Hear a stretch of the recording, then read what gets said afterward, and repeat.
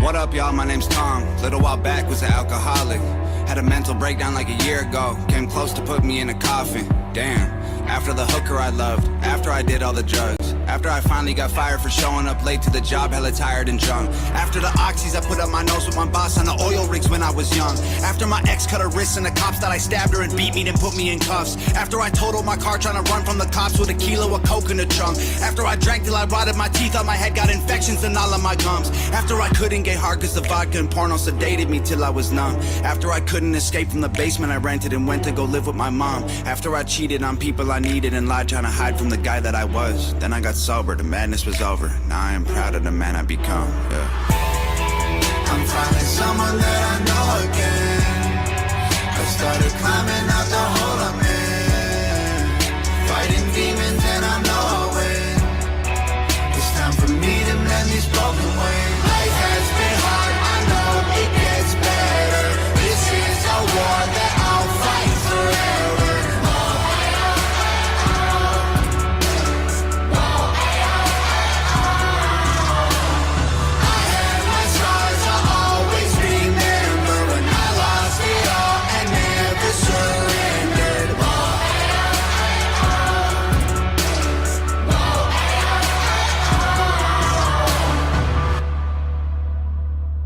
Y'all, my name's Mad Child. I've been off to Xannies for a while now. I was waking up feeling suicidal, but I think I'm finally starting to smile now. Man, I lived a hell of a life. I've been to hell and back twice. Lost $10 million, 3 different addictions. Don't tell me about paying the price. From penthouses with top models, hanging with strippers with pop bottles. Anxious and hiding alone in my room from the world that was pissing in pop bottles. From chart top and being a role model to flop records and lost follows. When I cop product, got a month's worth. When I left the spot, cops followed. If you saw a photo, it was only face, cause I was 85 pounds overweight. Mental breakdown trying to catch a plane. Wasn't Mad Child, I was only Shane. My puppy Lola was my only gang. Had to put my baby in a grave. I walked away from every brick I laid so I could build a new wall to keep me safe. I'm finding someone that I know again.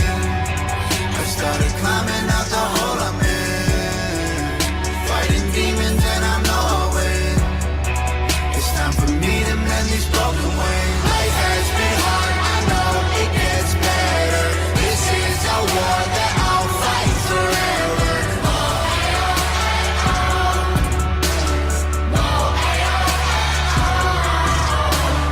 I have my scars, I'll always remember when I lost it all and never surrendered.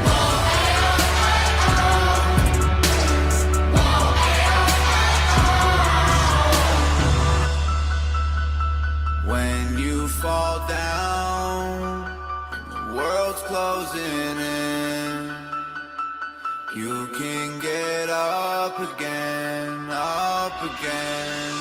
Life has been hard, I know it gets better. This is a war that I'll fight forever.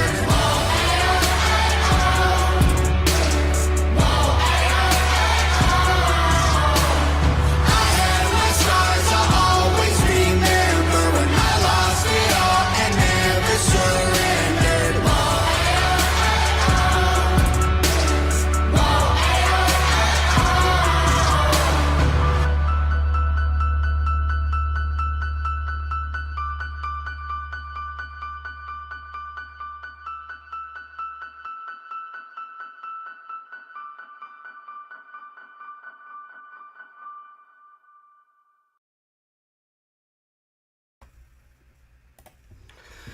All right, welcome back to the podcast, Two Protects One. we're doing the recovery stream, okay? It's something I've been thinking about for a little while now. I've been sitting back, pondering how I wanted to do it, how I wanted to get the message across, how I wanted to present my journey in recovery, okay? It's not my truth. It's not some kind of gay, liberal bullshit. It's just what I've went through in sobriety. How what brought me to AA, recovery. Basically, what brought me to rehab, AA, Jesus Christ. From the very beginning, what happened to me and how basically God intervened in my life. I think I've kind of drug my feet on it a little bit because it's personal to me. It's something that, like when people try to debate the God topic with me, there really is no debate with me. And the reason why I say that is because I've seen God not only work in my life, but in countless others.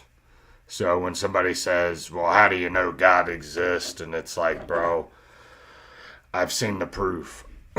And I believe that I'm a walking testimony of his grace and mercy. It's not like something that I've rushed into, so to speak. But I was sitting around tonight. I'm like, what do I want to talk about? Because I knew I wanted to kind of go live, and I've been dragging my feet with this recovery live stream. But I'm like, I don't want to talk about Upchurch. I don't want to talk about politics. I don't want to talk about drama in the country rap game, whatever you want to. I don't want to talk about all that shit, man. That shit, in the grand scheme of things in life, it's very low on my priority list as far as, everyday life. Now, I have fun with it. I have a good time with it. I do enjoy roasting Upchurch, getting some comedy out of it. I do enjoy listening to country rap music. I've made a lot of friends. I've also, gotten a lot of subscribers and made some friends through there as well, which has been awesome. But I kind of wanted to just go a different route tonight. Not deal with all the BS, because there's plenty of shit to talk about. I could pull up shit right now if I could talk about it. But I don't really want to be totally honest. So I'm basically, I want to take a few seconds here because I want to pull something up that was kind of important to me when I first got sober. So give me 1 second.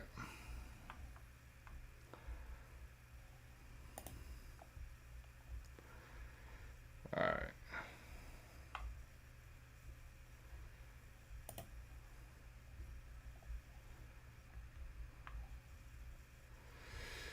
There's a part in the book.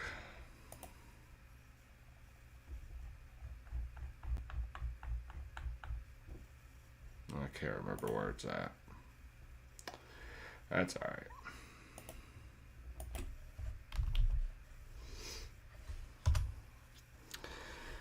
But let's just start from the beginning. I'll tell you, basically in my story today, I'm going to talk about what it was like, what happened, and what it's like today. All right. I do want to say this before I start out. I do not represent Alcoholics Anonymous. Okay. I am a recovered alcoholic and drug addict, but I don't represent them.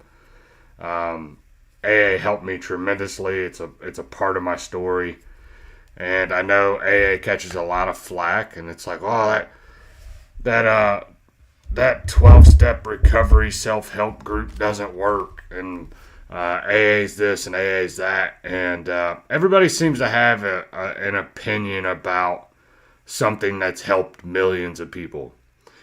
And people also have, the one thing that kind of irks me, and I've seen people do it numerous times, like they'll make jokes or, kind of like, I don't know, recovery is respected, but when it comes to AA, it's kind of not respected. Like, it's almost like people look at it as, oh yeah, that doesn't work. Or, oh yeah, that sounds terrible. Sounds like a cult or something. Thanks, Lori. I appreciate you. Yeah, my family's definitely proud of me. Uh, Going from what I was to what I am now is crazy, bro. It's crazy. But I do want to say that before I get started is like I don't represent AA. I'll be totally honest with you. I haven't been to a meeting in it's probably been a year and a half. It's been a while. I'm still sober. I'm not crazy. But I got to a point in AA. Before I get started, I'll tell you why I don't go to meetings now. I finally got to the point in AA where I felt like I wasn't really effective. And I'll tell you why. Because, don't get me wrong, I'm an alcoholic and drug addict, but my main issue was alcohol. Like, when I drank, I couldn't quit drinking. When I drank, I never just sat down and drank a beer or 2 beers or drank until I got a little woozy, Like, I never understood that shit. I drank to the extremes every time I drank. And with alcohol, it was like that. With drugs, it was like, yeah, I smoked my weed, and I smoked a lot of it. But when it came to like cocaine and like the heavier shit, it was like I was just like, I wasn't really focused on it. So I really identify as an alcoholic. And in AA, I felt like I haven't been able to be effective, is because there's such an overwhelming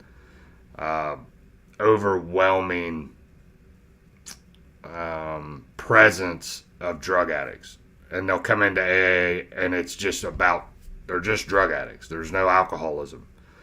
And what I found over the years is that a lot of those people think that they can still drink, and it just confuses the AA message. Like, that's why we have NA and AA, is so you can go to NA and get your Narcotics Anonymous and get all that shit that you need over there. Hey, what up, Spencers? I see you in the chat. So, like, I just felt like I wasn't effective, so I kind of backed away from it for a little while. Now, I probably will go back here soon and see what's changed, because AA changes, with the people coming in and out, and I'll see if I can be effective with the message a little bit more. But that's kind of where I'm at today with it. I still love AA. I still thank God every day that He sent me there. Because it wasn't my fucking idea. I had no intentions. I'll say this before I get started. I had no intentions of stopping drinking. I had no intentions of stopping using drugs. Like, no intentions whatsoever. But just to start off here, the first time I ever took a drink and got drunk, I was 12 years old. And I can remember, and a lot of people will think, well, 12 years old, that's young, man. That's not this. That's not good, blah, blah, blah. Well, that's just what happened with me. I can remember I was with my dad on a company like cookout. Like, his company had a big cookout at a lake. Everybody was fishing. Then everybody started drinking. And I can remember my dad walking me over to like the pond and getting me ready to start fishing. Like, he helped me bait my hook. I was 12. Like, I could do it, but I still needed a little bit of help. I didn't do fishing that much. I still don't fucking like fishing today. Like, I can do the shit, but I don't really like doing it. Especially if I'm not catching anything. If I'm catching something, yeah, you can keep me entertained a little bit, but well, I ain't catching shit. I can't just sit out here, bro. But I'm like, I'm out there fishing. My dad sets my pole up. Then my dad's like, hey, just go ahead and fish for a little while. Set your pole in there. If you need me, come get me. And I'm like, all right. And I start watching all these people go into this fucking building, and like they're all coming out with these plastic cups. And I'm like, I'm watching, you know, I'm old enough to be paying attention. Like I know what the fuck's going on. I'm like, all right, hold on, what's going on over there? And the fishing shit just got old, bro. I'm like, this is boring as shit. I was like, all right, you know, I take my pole over there and talk to my dad. Well, I start seeing people get beer out of these kegs. And I asked my dad, I said, hey, can I have one beer? And this is back in the days, you know, this is what was it, 97? 97? So it wasn't fucking abnormal for like a bunch of people drinking to let a kid have a fucking drink. It just, I don't know, it wasn't nowadays you'd be shunned for life. You know what I'm saying? Like, oh, you can't do that. You know, at 12 years old, I was drinking and smoking cigarettes. You know what I'm saying? Like, I'm not saying it's the best choices in life, but that's just the way it was back then. You know, so he's like, yeah, go ahead, you can have one beer. Well, I go over and I get one, and I drink it, and I can remember that feeling. Like, there was a bunch of little kids there, you know what I'm saying? Like, kids my age. I'm like, fucking tons of kids. I didn't talk to a single one of them. I got a couple drinks in me, because I didn't just go get one like my dad told me to. I think by the end of the night, I had like 12 cups of beer. And, you know, but after I had that first cup of beer, it was like I loosened. It was like a social lubricant. Like, I could fucking talk to people. And the thing is, like, I'm still that way today. Like, I'm not a social person. Like, I get on the internet, I talk shit. I can talk to people, like, on a live stream or something. But if we met in person, like, it takes me a minute. Like, I don't just open up, like, you know, you're my long-lost buddy after I just met you for a couple minutes. It just, I don't know, that's just the way I am. But when I drank, it was like, I didn't need to, you didn't need to be my long-lost buddy. As long as you was talking to me, we were sociable. Like, we could be buddies, we could be friends. You know, especially if you had some weed, we was good. You know? Like, but at this company picnic, I'm drinking, I'm like socializing with everybody, having fun. All right, and my dad's like, all right, it's time to go. And as we're walking to the car, and my dad was probably pretty lit too, and he didn't drink that much. But as we're walking to the car, he's like, hey, how many did you have? He's like, I told you could have one. And I kind of mumbled off something, and I could hear him whisper, oh, fuck. Oh, yeah, it was good stuff. But I can remember driving back, like I think I threw, or no, I can remember driving back. We're going down the road, and he's got the window open, and the fucking wind's like hitting me in the face, and I'm like, everything's spinning. Well, this was back in the day when you had to go rent movies at the movie store, and he's like, hey, I gotta drop some movies off. So we go drop some movies off. I think the place was called like First Choice Video or some shit like that. And we pull up, and I go to get out of the car, and I walk in, and my dad, he just talks to everybody, bro, like constantly. That's all this dude does. Like, still today, you take him to the grocery store or Lowe's or Home Depot, he'll find somebody he knows, and you'll be standing there for at least 20, 30 minutes while he's talking to him. And but anyway, he's talking to this cashier at First Choice Video, and I just started tugging on him. Like, dude, I think I'm going to get sick. And he's like kind of just shrugging me off. No sooner I get out the front door, I threw up all over the sidewalk. And, you know, he takes me home and lays me down on the air mattress. We had like an air mattress. And he lays me down, and he's like, all right, you know, I'll keep an eye on you. He's like, try to lay on your side or whatever. And I'm like laying there, and the whole room is just spinning. All right, it's just crazy. And I woke up the next morning, and I'm like, that was fucking amazing. Like, that was like best time I've ever had in my life. I was hyped. But I was and ever, you know, from that day forward, it was like, that's the feeling I chased. I chased that feeling of, you know, getting that social lubricant, you know, being able to talk to people, having fun, you know, not worrying about, like, being self-conscious about myself or my personality. Because I was always a weird little kid. Like, I just was. I'm still a weird person today. Just, I don't know. Maybe not as weird, but I was a weird little kid. So, but then after that, you know, I was living with my mom. My mom and dad's divorced. They've been divorced since I was a year old. So I don't really remember them like being together. So like I lived with my mom the most of the time, and then I would see my dad on the weekends. Well, at my mom's, we move into this new place where there's like people across the or you know, some younger kids across the street. And I was still 12 years old. And I started hanging out with this little kid named Billy, and we started hanging out. And at first, we'd all play hide and go seek, and like we was doing all the shit that kids do. You know, Smear the Queer. You remember that game? Yeah, that was dope.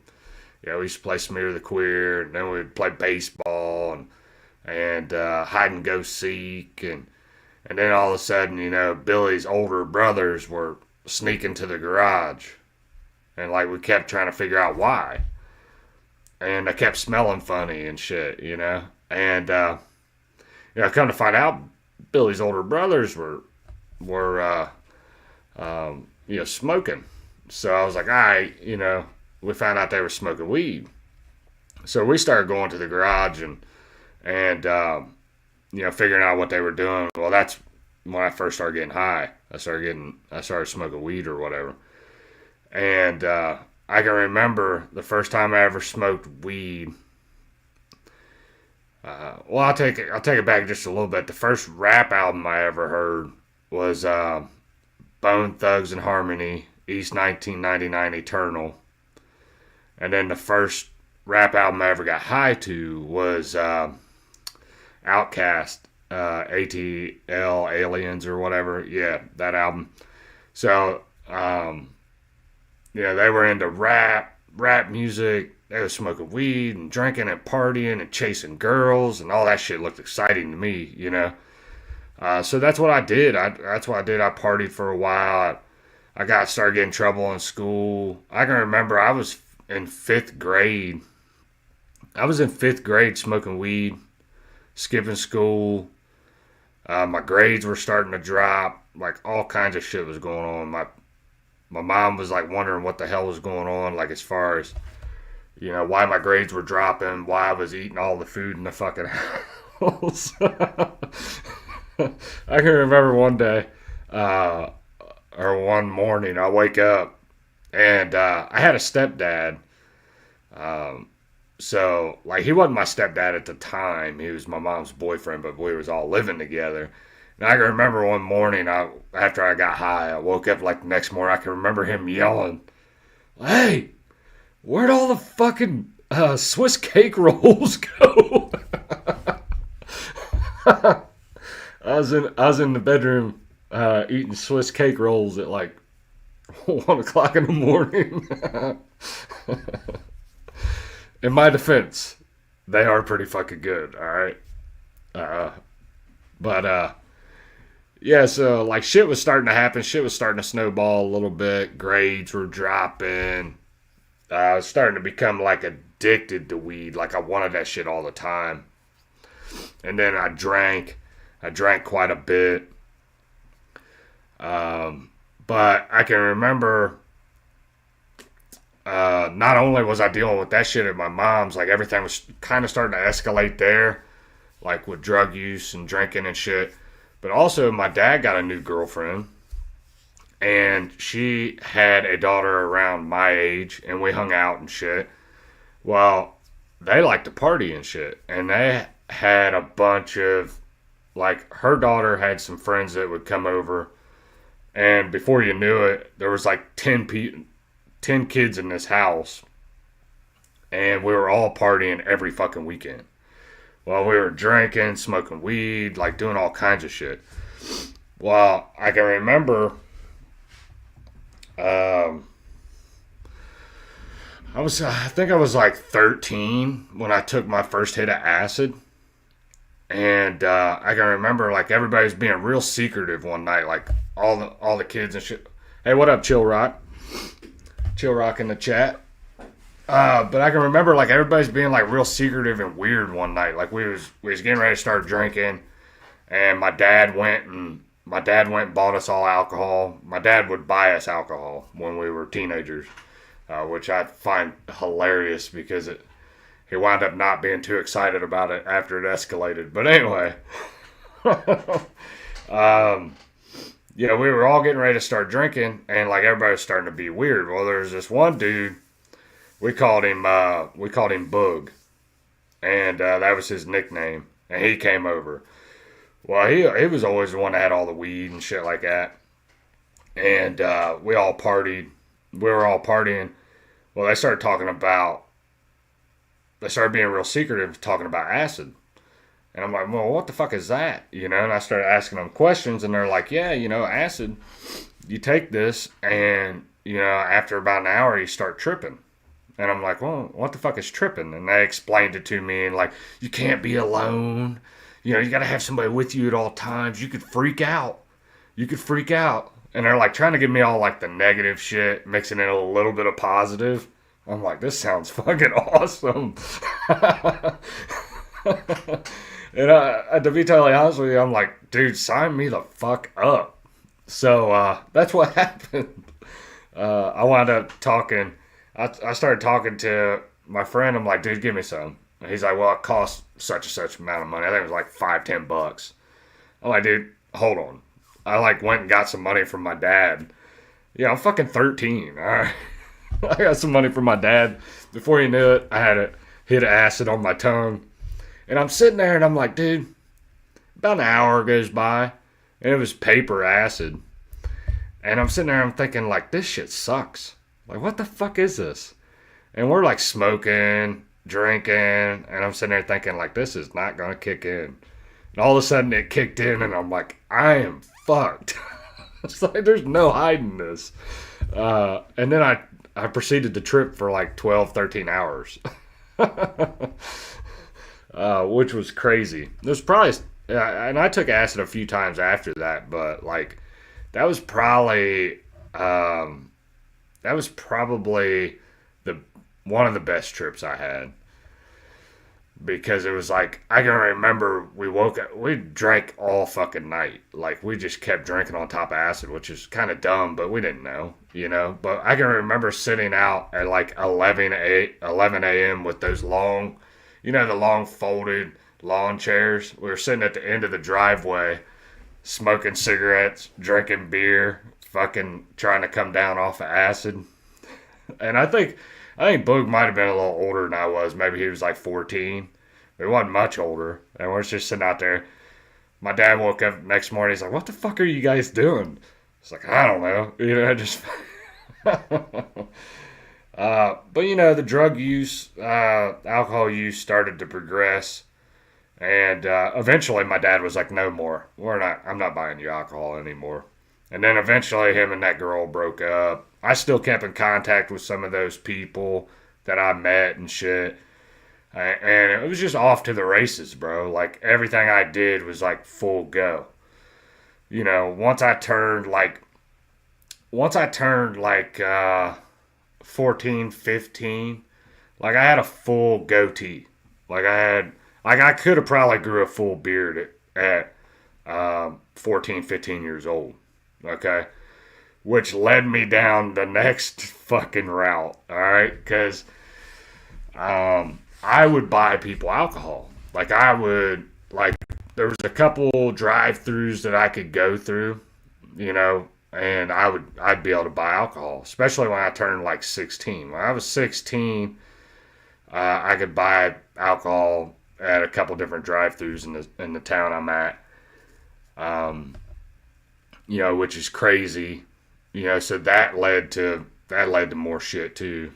And then when I got my license at 17, that's where it really fucking took off. When I got my license, bro, like, I drank all the fucking time. Like, I'd wake up. I can remember there were times I'd be like 10:30 in the morning. I'd be like, dude, is it too fucking early to start drinking? I'm like, I don't, like, at this time, like by this time, I had already gotten like a job. Like I was washing dishes for some restaurant. I got a car and I started driving, and I'm like, I had the day off. I can remember like the first job I had, I was like washing dishes for this restaurant, and all the people at this restaurant, it was like a family-owned restaurant. Everybody partied. Everybody partied. But yeah, I can remember I would get paid on a Thursday, and I took every Thursday off. By the time I would get paid on Thursday, and by the time Sunday came along, I was fucking broke. I was broke. And yeah, I can remember Thursdays I'd go get my check, and then I'd go get a case of beer, and then I'd just drive around all day. I'd drive around people's houses and, you know, call people, see who's partying, see what people's doing. But that was even before, like, cell phones were a big thing. So most of the time I just showed up at people's houses and fucking got out, started drinking, and we would find something to do.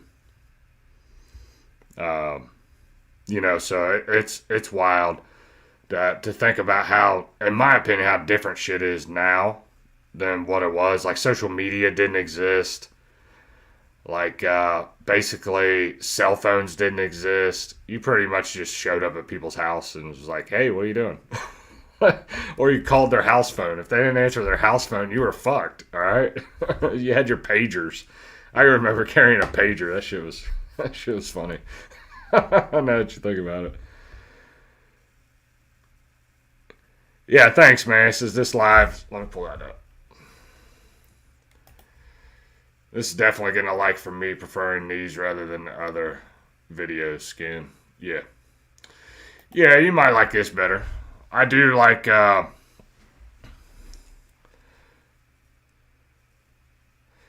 here we go.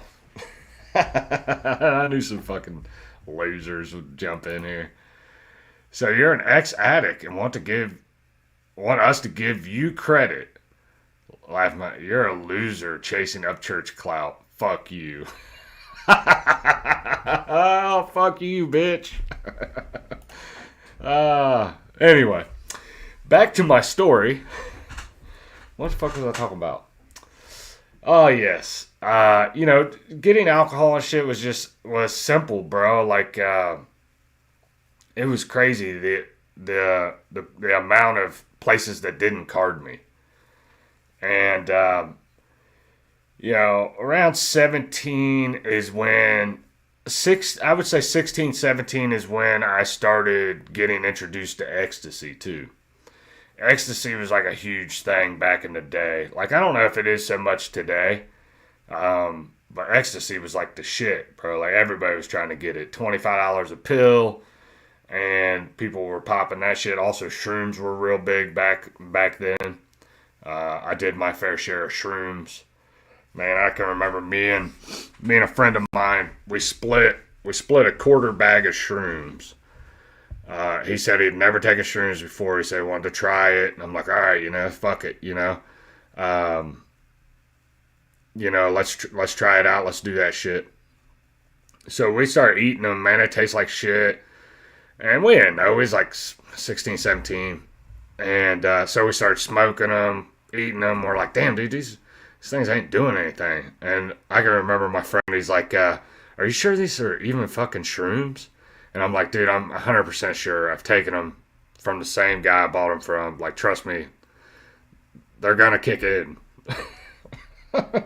And when they did, I thought the dude was going to have to go to the hospital. He was like freaking the fuck out. Like, I felt bad for him, but I'm like, I asked him like several times, are you sure you want to take these? It's wild. And sure enough, yeah, it was crazy. But yeah, as far as like tripping and stuff, acid, I think ecstasy was probably the wildest shit. It was just weird. That shit was weird. And a lot of people think like taking ecstasy and going to the club. Like, I never went to the club. I'll tell people this. Like, I got sober when I was 19. A lot of people don't know that. Like, if I tell people like, hey, I've been sober for 20 years, they start trying to figure it out. Like, well, how the fuck old is he? And it's like, oh, yeah, I got sober when I was 19. So, you know, And a lot of people, I don't want to get too far off topic, but a lot of people will say, well, man, you didn't really get a chance to live your life. You didn't really get a chance to do this. You missed out on this. You missed out on that. Trust me, bitch. I didn't miss out on anything. I didn't miss out on anything. I missed out on, watching a lot of my friends suffer from alcoholism and drug addiction. I've seen, I haven't seen it, but a few of my friends have fucking committed suicide. One of my friends is in prison for life for doing a drive-by shooting. So I've watched people in and out of rehab. Some of my friends right now are trying to kick, or ex-friends are trying to kick a heroin addiction. So I ain't missed shit. You know what I'm saying? Like, it is what it is. Like, and if you can drink and use drugs successfully without it becoming a problem, bro, cool. I couldn't do it. All right, I just couldn't do it. And it's not like, I hate, like, the thing is some people think like, oh man, you quit using drugs and drinking, you hate people that do that kind of stuff. No, I don't fucking care. Like, if you wanted to use drugs or drink, go ahead. You know, like, fucking enjoy your life. I just know it didn't work for me. It eventually quit working. Like the drugs, the alcohol, it eventually stopped working. Stopped that feeling I got when I was 12 years old. That social lubricant, that life of the party, that happy, joyous, free feeling of alcohol. It stopped working, bro. And, before you knew it, I was passing out on friends' couches, pissing myself, and fucking, trying to make up stories of why their couch was wet the next morning. I can remember I went to my friend's house. I got fucking shit-faced. And I slept on his couch. And I pissed myself. And I fucking woke up the next morning and yeah. I was like, I don't know why this fucking couch is wet. But that's the type of shit, that's the lengths I took it. I started blacking out when I was drinking, which was fucking crazy.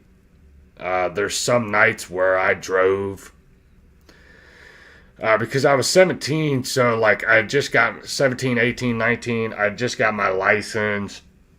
I couldn't legally drink, so I drove everywhere. Like, I drank and drove. That was pretty much what I did. And I thought I was the fucking greatest thing ever. And I wasn't. I could have potentially killed some people. And it really started to escalate when I started running out of money. Because I had to start inventing new ways to get high and new ways to get drunk. And it's wild because there was these sleep, and I'm gonna tell this story. Man, I hope people don't do this. Okay, and that's the thing about this, like telling this type of story. Somebody somewhere will get a dumbass idea to go and do this, but I'm telling you, don't do it. I used to take these sleeping pills when I didn't have any alcohol or drugs or money to get to shit. But I used to take these sleeping pills. They were called Unisalms. And they're kind of like Tylenol PMs. And, but the thing is we would take anywhere from 8 to 16 of them. And what you would do is you would take like you would take the pills and you'd wait for like about 45 minutes. You'd have to fight through the tiredness. And then you would trip like you were on acid. And really what it was is you was probably close to a fucking overdose and about to die. Alright? But there were times where I would take those pills and I would get in a car and there would be 4 or 5 hours where I wouldn't remember driving. I almost drove my car into a fucking lake. Or not a lake, but a pond. I can remember doing so much fucking damage to my car that I ripped the muffler off. I drove it home on 3 flats. At the time, I was still living with, even when I turned 18, I was still living with my mom, and they were getting tired of my shit. Like, I could go through a whole laundry list of shit I did to my parents. That was fucked up. I stole money from my dad. I stole money from my dad so much to where he had to sell his house, which I'm not proud of. I still feel bad about it sometimes today, even though me and my dad have a fucking great relationship. I stole a lot of money from my mom. Mixed in with my drug addiction, alcohol addiction. I also had a porn addiction, which I charged up a bunch of dirty movies on their fucking on their DirecTV. That shit was not good. Especially the names of the fucking porn. Yeah, it was not good, bro. Not good. I'd say some of the names, but I'm not going to. But yeah, I had that too. My family fucking hated me, bro. Like, yeah, my mom wanted me gone. My dad wasn't even talking to me, bro. Wasn't even talking to me. Like, my dad went like the last 2 years of my alcoholism and drug addiction without talking to me. Like, I would see him every once in a while. He'd fix my car for me or something. Like, but he'd be like, all right, that's it. Get away from me. Yeah, which I imagine he's probably pissed at me. But yeah, the Unisom thing was, the Unisom, the sleep pill thing, that was not good. It was not good. It made you retarded afterwards. Like, the next 2 or 3 days, like, I don't know how else to explain it, but it's like half your brain was asleep. Yeah, it was not good. But yeah. Oh, I did want to tell this story about the Unisoms. Okay, so most people know I live in Ohio. So it was like we would take these pills and we'd drive out on the country road. And I remember I had 4 people in the car with me. Me, my one friend was up front, and then my other friend and his girlfriend were in the back. Well, we were driving around, me and my friend up front had just started like tripping. And so my friend in the back like, hey man, drop me and my girl off. You guys are acting fucking crazy. So we drop them off at their house. And we go to pull out the driveway. I pull out the driveway of my friend's house and I fucking blacked out. And I literally drove an hour and 45 minutes in a blackout. And I woke up on the highway running out of gas. You know have you ever ran out of gas and your car's like jolting down the fucking highway? Yeah. So I run out of gas on the highway. I got open containers in my car. I'm all fucked up. And a highway patrolman stops me. Like, eventually, we pass back out. The highway patrolman pulls up, knocks on my window, scares the shit out of me. And my keys weren't in the ignition. They were, like, in the center console. And he's like, roll down the window. I roll down the window. He's like, hey, just to let you know, if you would have had your keys in your ignition, you would have got a DUI. He's like, I can tell you guys have been drinking. Something's wrong. What's going on? I said, hey, well, we ran out of gas. And, so he wound up, like, calling my mom at, like, 4 o'clock in the morning. My mom was already a nervous wreck about me fucking drinking and partying and shit. And this is the most pissed off my mom, like, I've ever seen my mom get. Like, ever, dude. She was fucking irate. But she had to come, like, an hour and a half to come pick me up. So she drove like an hour and a half, hour, 45 minutes to come pick me up because I didn't know where the fuck I was at. This was before GPSs. Like, I had no idea where the fuck I was going. Okay, I mean, I think there was GPSs, but it was like very early stages. Not everybody had one. So, like, I'm on the side of the road waiting for my mom to come. She comes, and then my buddy, his parents had to come get him too. But it was just a fucking mess. It was a mess, dude. I drove home. My mom didn't talk to me for like 2 days. She thought I was dead on the highway. That's why she was getting a call at 4 o'clock in the morning. So, So yeah, I quit taking those things after a while, after a couple of instances like that. You know, but anyway, I've told enough war stories. Let's talk about recovery. Well, let's talk about the story that led me to recovery. I'd been drinking like 2 days straight. Like, my buddy's parents, or my buddy's dad, like, went out of town, so we all decided to party at his house, like, for a couple days. And we're, like, fucking partying and shit, and drinking. And, dude, I can remember that second day I felt like shit. Or that third day when I woke up, I felt like shit. I was like, man, I'm going home. I'm going to take a shower. Like, I ain't fucking going nowhere tonight. So I, like, drive home. I get home, I take a shower, sit down, and it was like watching TV, and all of a sudden I get a phone call about 6 p.m., and it's my friend. He's like, hey, man. He's like, I thought you was coming over tonight. He's like, you coming over or what? And I'm like, nah, I think I'm going to sit this one out, man. I said, I feel like shit. And he was like, oh, so-and-so's coming over, and they're bringing free beer. I was like, oh, shit. I was like, I've never turned down free beer in my fucking life. So I'm like, all right, let me get my shit. Let me get my shit. Let's go. So I get dressed and I go over there and I'm partying. And I could tell something was off, dude. Like, I just felt off that night. But we was all fucking partying, and my friend that invited me over, he had to take his girlfriend home. And he's like, hey, just hang out in front of my house for a minute. I'll be back.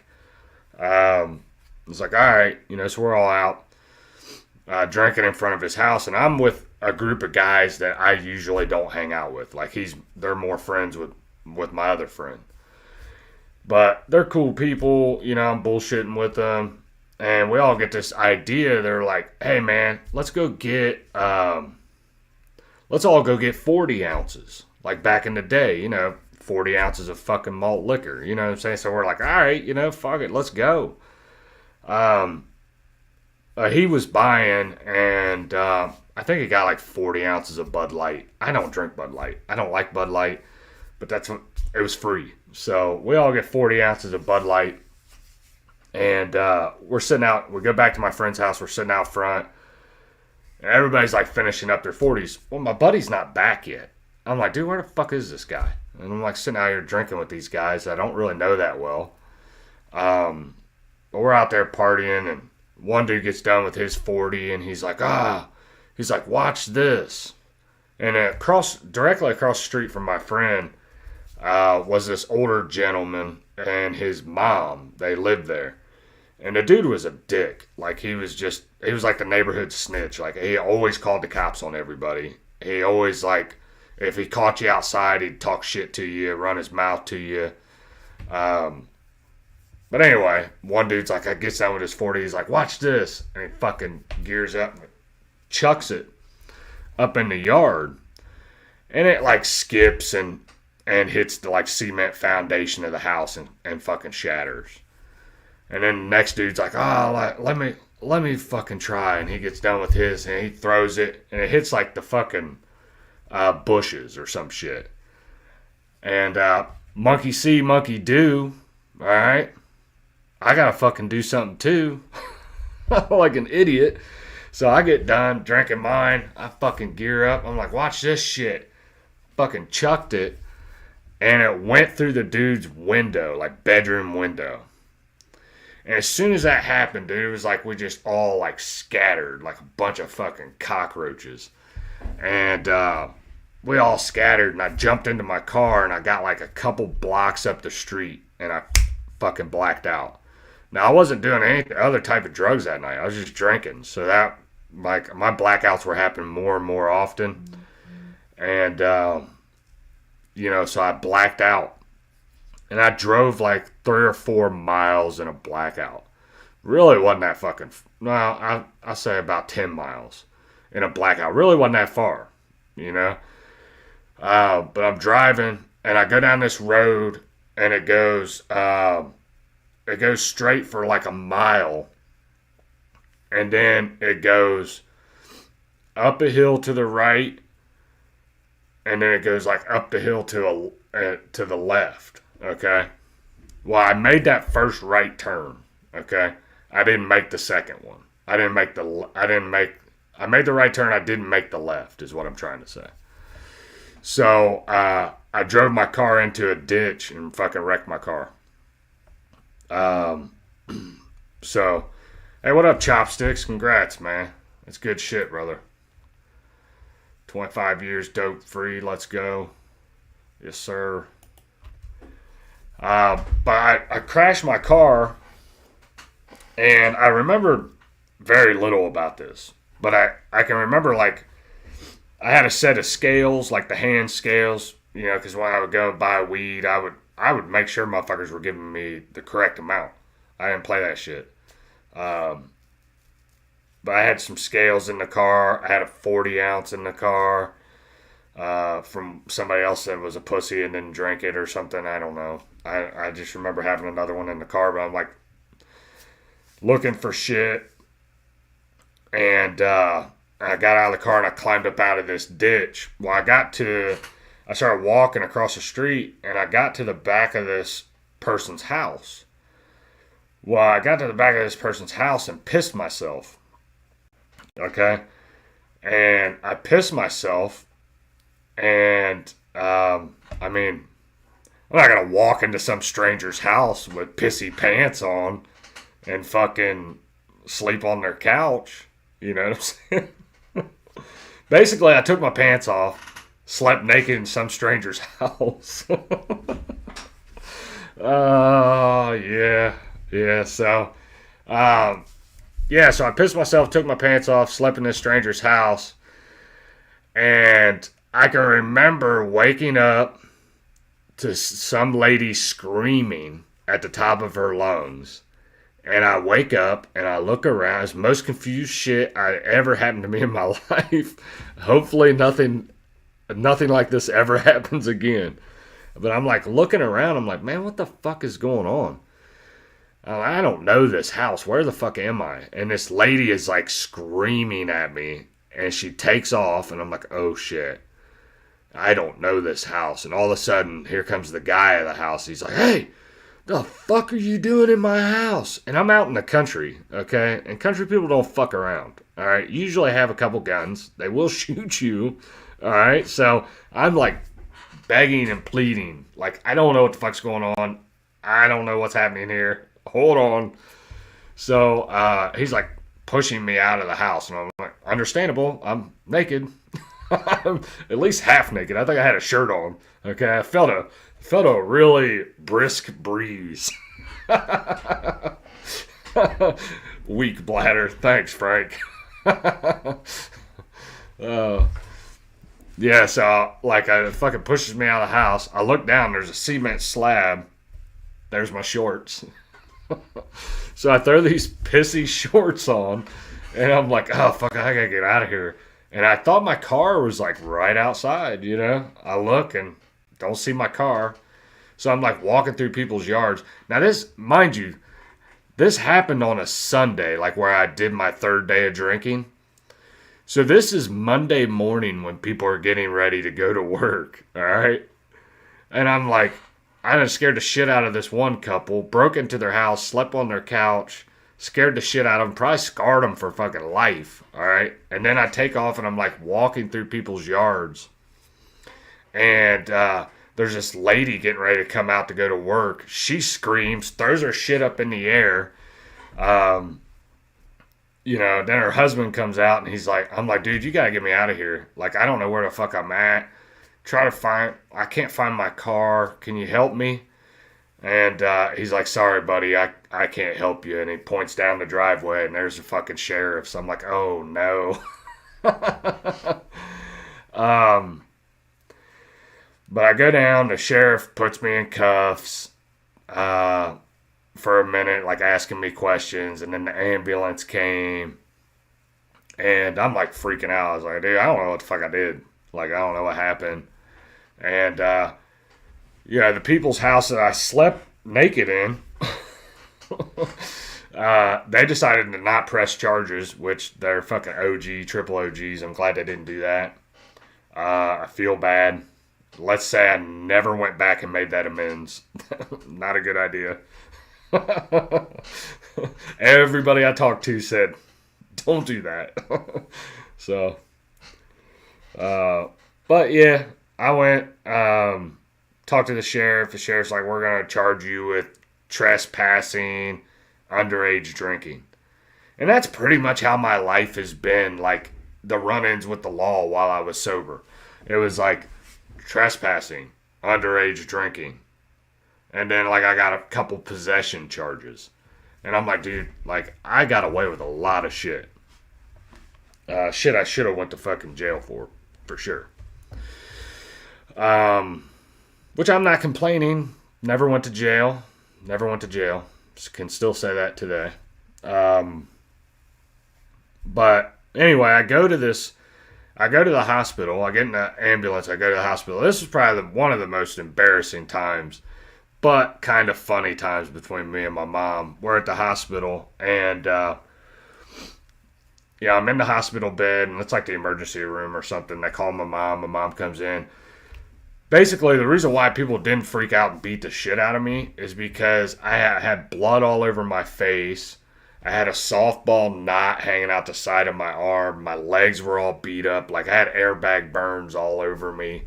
And I think that's why they showed me a little bit of mercy, a little bit of grace when I was inside their house. They knew I'd been in some kind of car accident. But I'm sitting in the hospital and my mom comes storming in there. She's like, oh my God, are you okay? And she's like, oh, look at your arm, look at your head. And I'm laying in this hospital bed with pissy shorts on. And she all of a sudden she's like leans into me. She's like, did you piss yourself? I'm like, I sure the fuck did. So but yeah, basically I got trespassing,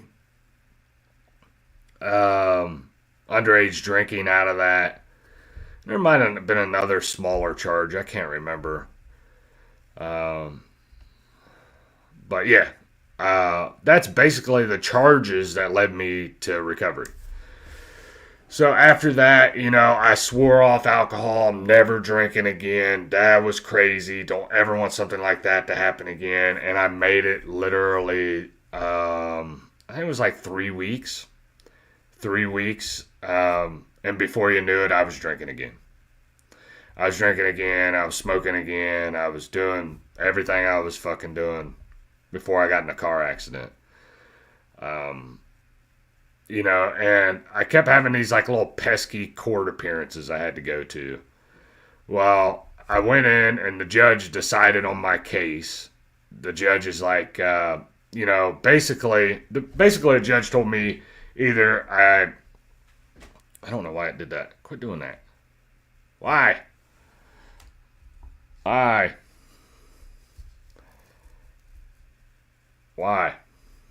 There it goes. But basically the judge told me either I go get my GED and I go to rehab or I'm going to jail for 3 days. And I put it off for 2 or 3 months. And the judge was not fucking happy about it. So I was like, all right, I'm going to go and go to rehab.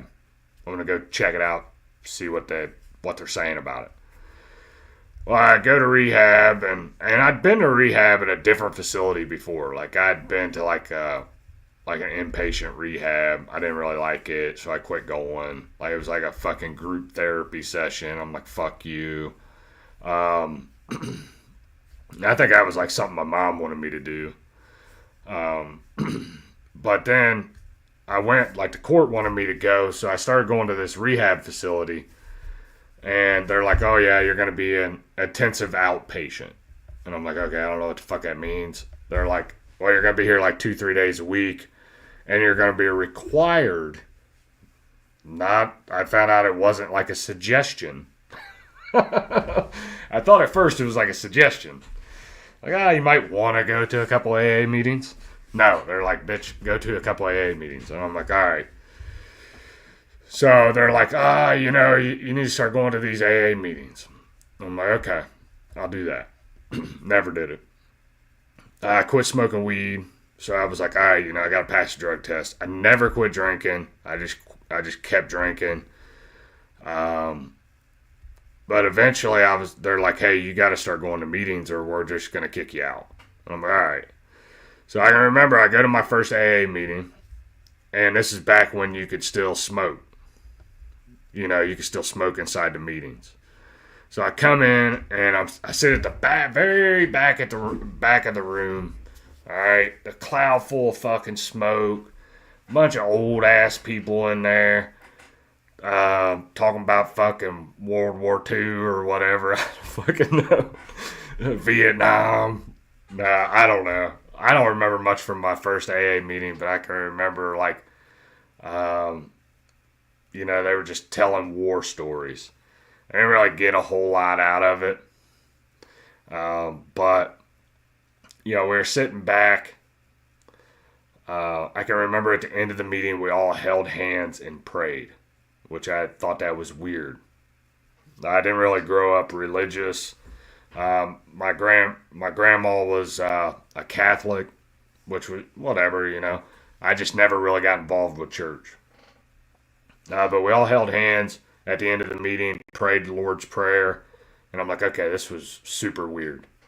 It's like, I'm going to have to come back for more.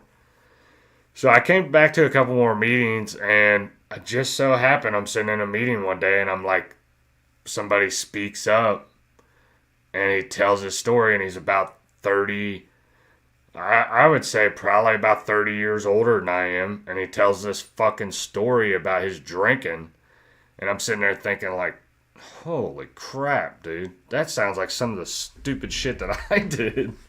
And he talked about how he couldn't quit drinking. And he always had like these big ideas. And how he wanted to quit drinking and would never make it very long. And this and that. And I'm like, man, that's crazy, bro. I'm like, I can relate to that. So I was like, all right, I'm going to give this a shot. I quit smoking weed. I can quit drinking. And one of the things that at the rehab facility I was going to, they wanted me to get a sponsor. And I'm like, okay, I'll get a sponsor. So I don't know what the fuck that is, but I'll get one. So I get a sponsor, and he's like, all right, call me, and like he was talking about, working the steps and stuff, all this shit. I'm like, whatever. I don't plan on calling you or talking to you at all after this interaction that we're having right now. It's like, yeah. Anyway, buddy, I have more important shit to do. But anyway, I made it on my own for like 2 weeks. I quit drinking for 2 weeks on my own. It's like, all right, I'm good. And I can remember it was fucking Christmas Eve of 2004. 2004 is Christmas Eve. I can remember like calling my family. I called my mom. I was talking to my brother, which I think he was living in Georgia at the time. I called all my friends. I was like, dude, I've been sober 2 weeks. I got this shit figured out, bro. Let me tell you how it's done. I'm going to tell you this. I'm going to tell you that. And I feel good. And this stuff's really helping. And then by the end of the night, I was fucking drunk. And I wasn't just drunk, or a little drunk. I was drunk. I wound up drinking, going over to my cousin's house, and we were partying and shit. Well, everybody went to bed. It's like I bought all this alcohol, like 2 cases of Budweiser. Everybody goes to fucking bed. And all of a sudden, I'm sitting here with basically 2 cases of Budweiser by myself drinking. And I'm sitting there thinking like, this doesn't fucking, like, AA ruined my fucking drinking. Because I never thought when I drank. Alright, never. I just drank and acted a fool. And I started fucking thinking. Like, I'll say this. You can make fun of AA all you want. Okay? Anybody can. Make fun of it. Take shots at it. Good job, buddy. But if you want to continue drinking, guilt-free fucking drinking, okay? You want to continue your path of guilt-free drinking, don't go to AA. It'll ruin it. It'll ruin it, bro. I've seen it happen to not only me, but countless others. I actually started to have a conscience while I was drinking, which sucked. But I can remember going to bed that night. I'm like, dude, this is gay. This is super gay. I wake up the next morning and it was cold as shit out. I go and start my car. I got these 2 cases of beer. Everything points to, hey, it's time to start drinking, bro. It's Christmas morning, blah, blah, blah. You can insert whatever fucking thing you want to insert. It's time to get fucking going, boy. And what I did is I left all the alcohol there. I had no desire for it. I got in a fucking car and was like, I think I'm done. And I called somebody I had gotten a number from in AA, and I knew they had like meetings coming up. I think I waited till the next day, like the day after Christmas, and then I went to an AA meeting. Eventually got with a sponsor that gave me the AA Big Book, a book that fucking changed my life. I can't tell you. I can honestly say that God intervened with me with that book. And I've known a lot of people that have done it different ways. Okay, they've went to church, they've quit cold turkey, they've just started working out more, they've done this or insert whatever you want to insert. Okay, I'm telling you what worked for me, and what worked for me was going to AA. And I'm not sure, in my mind, I'm not sure it would have worked any other way. Like if I would have went straight from the streets to church. I just don't know if that would have worked. Oh, okay, Crawfish, I see you. Quit cold turkey after my brother-in-law died driving drunk, yeah. Thanks, Chopsticks, I appreciate you, man. Doing recovery. Yes, sir. Yes, sir. But yeah, honestly, I woke up, or I started going to AA meetings. I got a sponsor. I got a big book. And, shit was kind of moving along. I started feeling a little bit better. I started going to all these meetings. I went to, like they tell you in treatment sometimes, like 90 meetings in 90 days. I blew that shit out of the water. Like I was going to several meetings a day.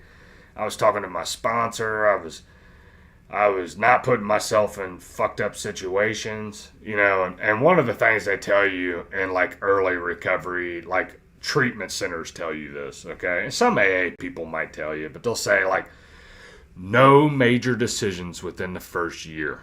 And it's like, fuck you. Everything's a major decision, okay? Everything I did was a major decision.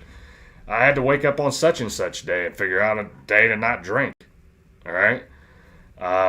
I can remember the first couple meetings, well, I would say for the first probably 2 or 3 weeks, every time I would go to get a cup of coffee up at the fucking coffee machine, my hand would, I wouldn't be able to keep a cup of coffee.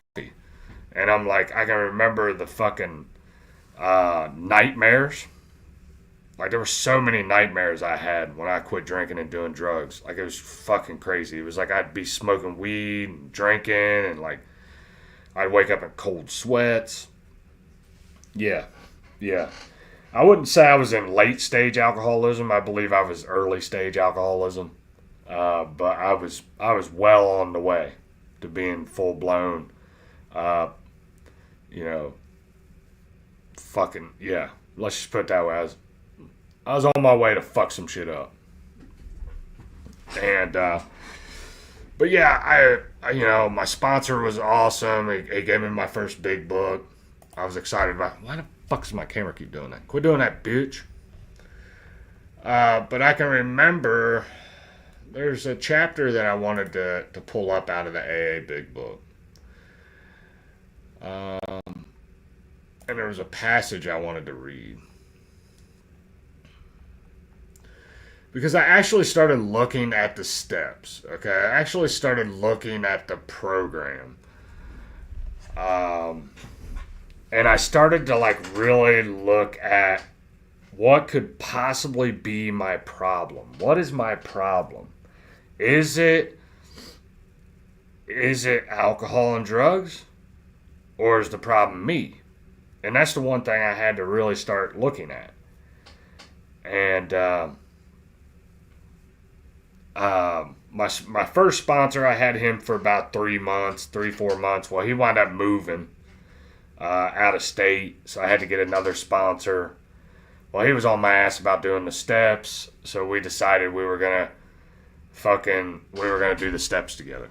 I did the steps.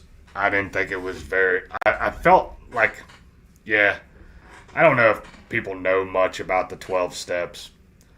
But steps 1, 2, and 3,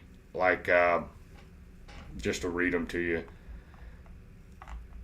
So the first step is we admitted we were powerless over alcohol and that our lives had become unmanageable. 2, came to believe that a power greater than ourselves could restore us to sanity. And then 3, made a decision to turn our will and our lives over the care of God as we understood Him. Okay, step 3 is where you make that decision to go through the rest of the fucking steps. Okay, and then step 4 is making a searching and fearless moral inventory of ourselves. Talk about the boogeyman. That's the one that gets them. And then step 5, admitted to God, to ourselves, and to another human being the exact nature of our wrongs. Step 5 is the money step. All right? It's the step that separates the men from the boys. All that shit you did when you was drinking and using drugs, it's got to come out, boy. It's got to come out. All that embarrassing shit, all that shit that held power over you for years, it's got to come out. And it's not easy. It's not easy, but it's got to happen. In my opinion. Now, you might not think so. You might be like, I don't think so. But anyway. So, I wanted to read this one passage in the big book. And it's at the end of basically... So, at every meeting they read what they call how it works. Okay?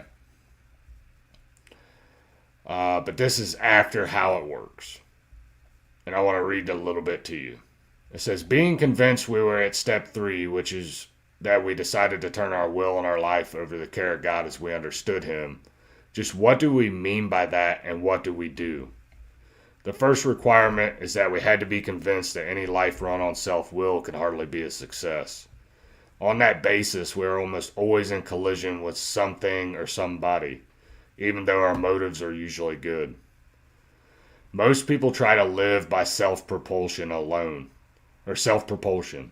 Each person is like an actor who wants to run the whole show, is forever trying to arrange the lights, the ballet, the scenery, and the rest of the players in his own way. If his arrangements would only stay put, if only people would do as he wished, the show would be great. Everybody, including himself, would be pleased. Life would be wonderful. In trying to make these arrangements, our actor may sometimes be quite virtuous. He may be kind, considerate, patient, generous, even modest and self-sacrificing. On the other hand, he may be mean, egotistical, selfish, and dishonest. But as with most humans, he is more likely to have varied traits. And I want to read this last 2 paragraphs. It says, what usually happens? The show doesn't come off very well. He begins to think that life doesn't treat him right. He decides to exert himself even more. He becomes, on the next occasion, still more demanding or gracious, as the case may be. Still, the play does not suit him. Admitting he may be somewhat at fault, he is sure the other people are more to blame. The other people were always the problem, bro. And that's something I still have to constantly remind myself today. Like in life, when I'm arranging everything, when I'm running the show and I'm arranging everything around me, okay, to fit my little mold of life, I'm just trying to get the show to go off right. Okay, I just want the show to be successful. And I'm talking about the show of life. Okay, and anytime it gets off track just a little bit, shit hits the fan. And I was so convinced that other people outside of me, like outside of my life, were the problem. You know, like, if my dad wouldn't have treated me like this, if my dad wouldn't have acted like a piece of shit, I wouldn't have ended up like this. If my mom didn't do this, then I wouldn't be like this in life. And really, this was the beginning stages of like that mask coming off. Like, oh shit, man. Maybe I am the fucking problem. And I'm not saying that bad things don't happen to people, okay? When it comes to like SA, and when it comes to like physical abuse in the home, like that shit does happen. I understand that. But even in that area, like I had a little bit of that shit happen to me too. Not the SA part, but the physical abuse from my stepfather. But eventually you have to like, that shit has to come off. And you got to see, in my opinion, where you got the ball rolling. And you got to clean up your side of the street. And you'll hear that from some people. Even people that don't go to AA. They'll be like, oh, man, you got to make sure you keep your side of the street clean. And that's a reference to the AA 12 steps, just to let people know. So, I mean, I'm sure it's referenced to other places too, but anyway,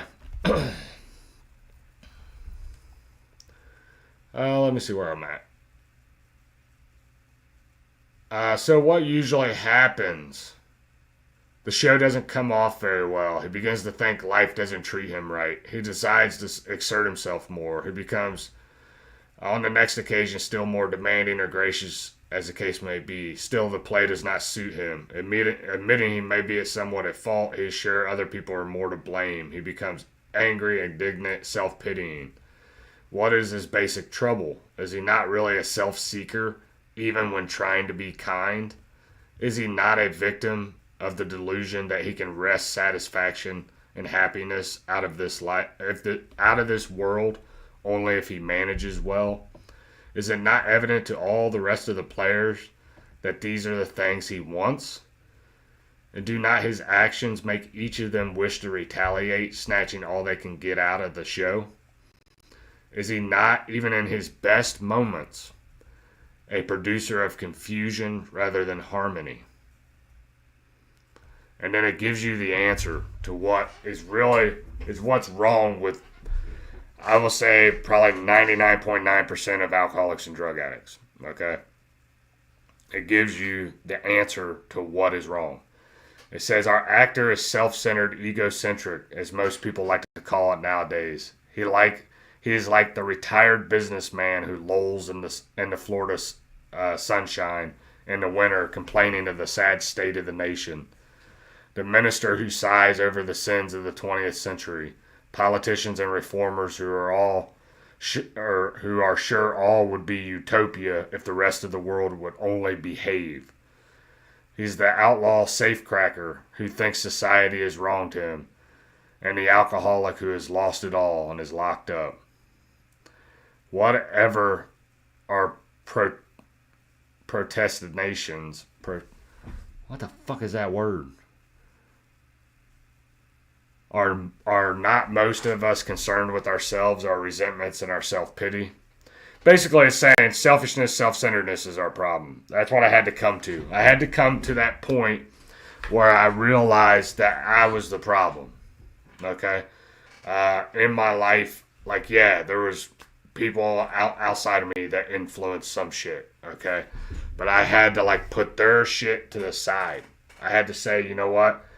If I'm going to stay sober, I have to put all their issues to the side. I have to look at what is going on with me. And through that mindset, I found a great deal of healing. I really did. And I'm not saying that to sound like self-helpish, but it did help me a lot. And it helped improve my relationship with God. And I can remember how my prayer started when I came to AA. My first sponsor, he's like, hey, you need to start praying every morning when you wake up and praying when you go to bed. And I told him, I said, look, dude, So I'm going to be totally honest with you. I said, I've never prayed a day in my life. I've said some, oh shit prayers. Like, oh shit, God, please get me out of this. Oh shit, this ain't good. But other than that, I've never prayed. And he's like, okay, before you go to bed at night, put your shoes under the bed. He's like, when you put your shoes under the bed, while you're down there, go ahead and say a quick prayer, thanking God for keeping you sober that day. Then the next day, you're going to have to get your damn shoes, put them on your feet to go anywhere. He said, so when you wake up in the morning, you grab those shoes. While you're down there, go ahead and ask God to keep you sober that day. And that's what I did. And that's how my prayer life started. And sometimes today, maybe I think I need to go back to that. To start at that basic spot. That basic, fundamental starting point. Oh, yeah, no problem, Linda. No problem, Linda.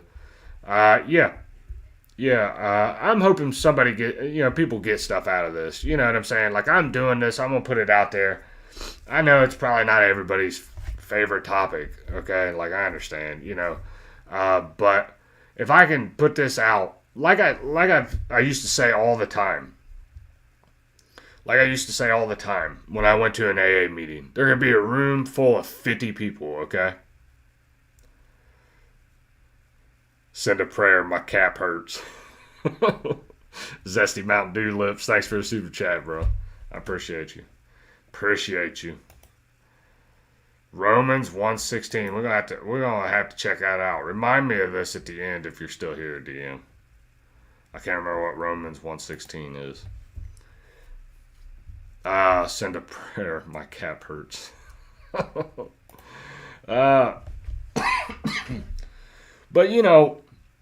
that's how my prayer life started. I started to work the steps. I went through the steps once with my second sponsor.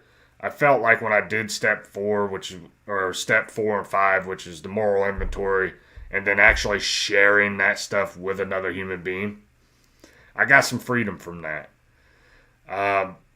But I don't feel like I held on to some of the like the story of me sleeping naked in somebody's house. I would never tell nobody that. Like, bro, I ain't telling you that shit. You couldn't get that out of me. All right, on my fucking deathbed, I wasn't telling you.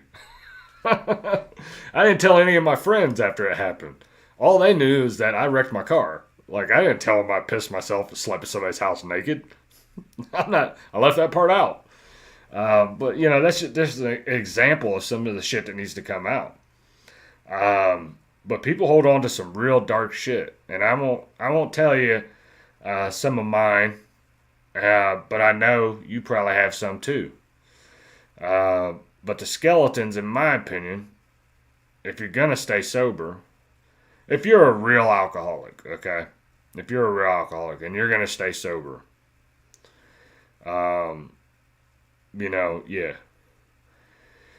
yeah, some of that dark stuff's got to come out, in my opinion.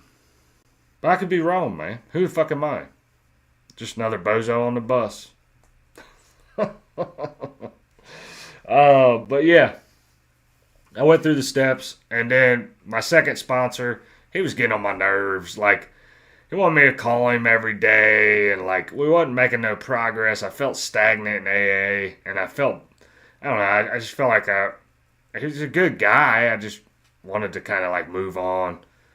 Both my first and second sponsors are dead today. They both passed away. Both good people. Both awesome people. I have nothing but a tremendous amount of respect for them guys and what they did, listening to me bitching all the time and complaining all the time and this and that. But my third sponsor, he's still alive today, and I talk to him quite a bit. We live right up the street from each other. But this dude, I tell you what, he helped me tremendously. I don't think he'll ever know how much he helped me. It was awesome, man. It was awesome. We went through the steps. I released all the dirty, dark secrets. And, we did the fifth step. We was talking about the fifth step. And, we're sitting there, and there's a question in the book. If you work the steps outside the book, it talks. There's a passage in there it says, "Have you left anything out? Have you tried to make mortar without sand? Have you skimped on? Basically, have you skimped on anything? Have you left anything out?" And he asked me this question. And he's like, "I'll be right back. I gotta use the bathroom." And, it's us sitting there talking, when we're going through these steps. Okay. I know most people don't know much about the 12 steps, but, I could do fucking 20 videos on the steps alone and how to work them and, shit like that. So, but he comes back and he's like, "So, have you left anything out?" And everything inside of me is screaming, "Don't tell him that. Don't tell him that. Don't tell him that." And there was 3 things that I wasn't going to tell anybody. And none of them was like, I robbed a bank or something like that. Like, it was just stuff that I didn't want people to know. It was stuff I was going to take to the grave, all right? And I told him these things, and guess what he did? He told me some of his. And we both sat there for fucking an hour talking about it. And I can't express to you the sense of relief that those 3 things had so much power over me. And once I released that, what that did for me. Probably saved my life, to be totally honest with you. Probably saved my life. But me and him, we became best friends. There would be times where, and it wasn't like best friends, like we're going to like co-sign each other's bullshit or whatever. Like, he called me out on my shit. I call him out on his shit sometimes, But man, I can remember sitting in the parking lot of the AA meeting. It would be like an 8:30 p.m. meeting. We'd get done at 9:30. And we'd still be sitting out in the parking lot at like 1 o'clock in the morning talking. Just talking about life, spirituality. Eventually we started talking about Jesus. We started talking about Christianity, the Bible. We just started talking about all kinds of stuff. And he'd be like, "All right, man, I got to get ready to go." He's like, "I got to be at work at 6 a.m. And I'm like, "Dude, it's like 1:30. And he's like, "I know." He's like, "I'll be all right." And it was that type of commitment from some dude that don't even fucking know me. Like, he could have turned around and said, "Fuck you. I don't want to sponsor you. Get away from me. Like, I got this in my life or that in my life." And, when I look back on that, it was just a tremendous blessing. Crazy, bro. Just thinking about it. But yeah, I stayed sober for a while. I eventually started going to church. I can remember, like, there was a lady that went to AA, and I became really good friends with her, and she like threw me a sober 21st birthday, and it was cool. She got me a cake, and like everybody was like, there's people from AA there, and we all hung out, and the thing is like a lot of times like AA is like shown as like on TV, movies. Like, it's depicted as like some kind of sad, depressing place where quitters go to like be depressed. Okay, and that's not the case. I had some of the best times of my life hanging out with AA people. And I got she threw my 21st birthday, and it was like shortly after that she asked me. She's like, "Hey, no, this is before my 21st birthday, but anyway, I meet this lady, and she's like really into AA, and then she starts going to church, and she started taking like women off the street and helping them. Well, she had a girl that was like, she was like trying to help, and the girl was actually like living with her. But she was going out of town. Her and her husband at the time was going out of town, and she like, she come up to me and she's like, "Hey, will you take so and so to church on Sunday morning?" I'm like, nah, I don't think so. I was like, I don't go to church. I was like, I'm not going to church. All right.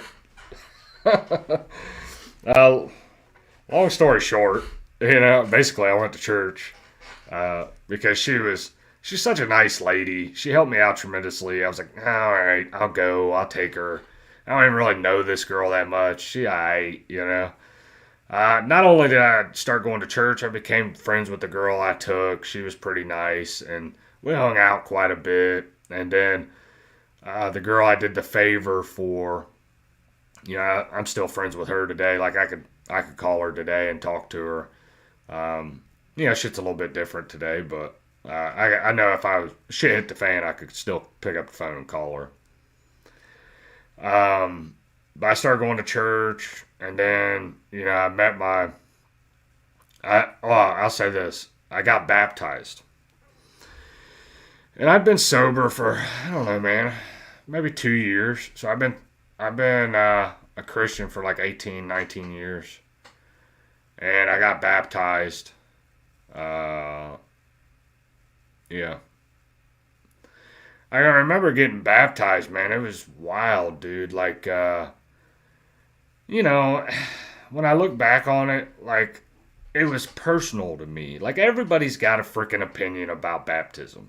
It should be a water baptism. It should be a baptism with oil. It should be just a Holy Spirit baptism. You should get baptized this way. Dip, dunk, flip-flop, flip upside down, speak in tongues, don't speak in tongues. And it's like, the church I was going to was like, hey, we're doing baptisms on Sunday if you want to do it. Like, it just made an announcement during church. I'm like, I don't know what this is. But I've started to feel like this calling on my life to give my life to Jesus Christ. Okay? And I'd been in church for like a couple months. I'd been doing Bible studies with a couple of my friends in AA. And I'm like, dude, this is what this is what I've been looking for, in my opinion, in my life. Like, I finally feel like at this time in my life, I have like some kind of purpose. It was crazy. And then they were doing baptism, so I'm like, all right, I'll come and get baptized. And I didn't understand the effect. And I've heard people say, like, well, I didn't really feel anything from a baptism, and I didn't, this and that. And I did, I didn't. But I cannot put into words how powerful that was in my life. Like, I was dating a girl, and she was a younger girl.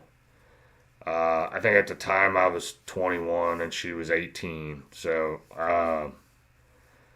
yeah, she was a little young. There's a huge difference in women between 18 and 21. Like, they're just, But she wanted to come watch me get baptized, so I go to get baptized. And I come up out the water, and I can remember coming over and sitting on the chair. Dude, I spent the majority of the day, like, weeping.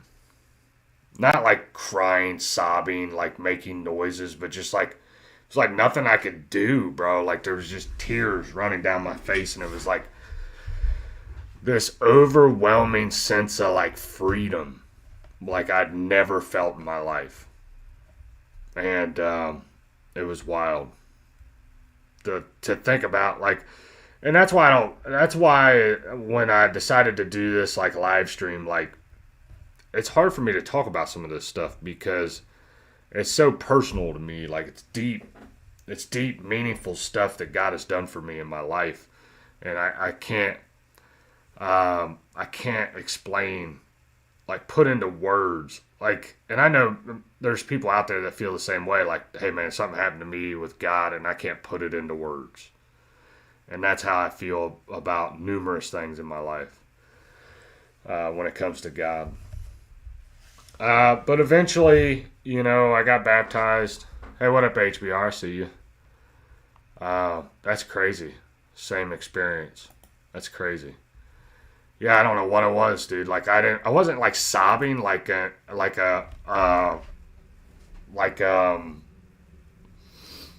ugly cry. It was just like everywhere I went, dude, it was just like tears. I'm like, dude, this is crazy. Like, what the heck did I just do? Very humbling experience, let's put it that way. But then, I'd stayed sober. I'd been sober for a while. I was a Christian. That girl that was there with me when I got baptized, she wound up leaving me. So I kind of went through some shit with that. That didn't end very well. It didn't end very well. And then I met my ex-wife. She was going to a church. I was going to a church. We met through a mutual friend. And then I wound up getting married. I think we were only together like maybe 10 months when we got married. So, we got married. We had a couple kids. I was still going to AA and all that stuff and been sober. Like, I started to slip off a little bit here and there.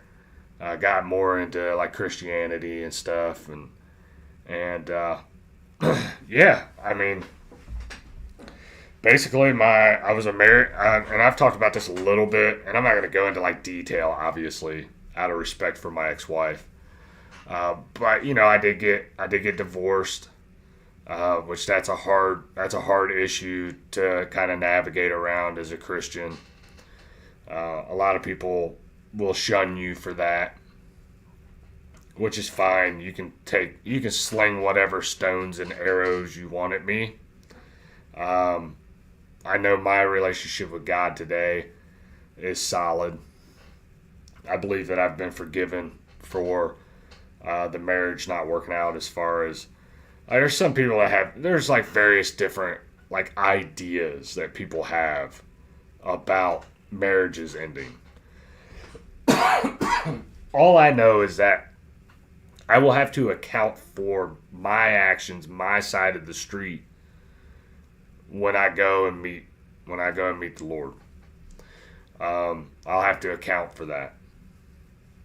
I'm hoping and praying that God will cover me with the blood of Jesus. And it was a difficult time going through a divorce, but I stayed sober. She met somebody else. I met somebody else. And it's funny because she's married to the person that introduced us. At the time he was married to another woman. He introduced me to my ex-wife. He wound up getting divorced. And now he's with my ex-wife. And it's a friend that I've known for 20 years. So, let's put it this way. I don't like that friend. I have my reasons other than that. That don't bother me. It's some of the other shit, which I won't talk about. But anyway. Yeah. HBR, that's crazy. Me too, man. Like a leaky faucet that just wouldn't stop. It's like, all right, we can cut this off at any point in time, God. Yeah. So I will say this: I'm happily married today. I don't go to church anymore. I haven't been to church, and it's not that. I don't know. I'll say this: I love the church and the people, because I went to the same church with my ex-wife for 11 years. I love that church. I love the pastor. I had my issues with the pastor of the church for a little while. I had some issues with some of the people at the church for a little while. My wife was raised there ever since she was like a little kid. So obviously when the divorce happened, I left because I felt like it was the right thing to do.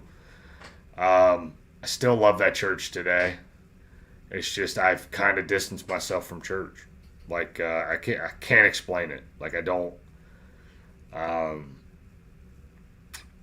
I still believe in Jesus Christ. I still pray, maybe not as much as I used to, but it's like I don't like church.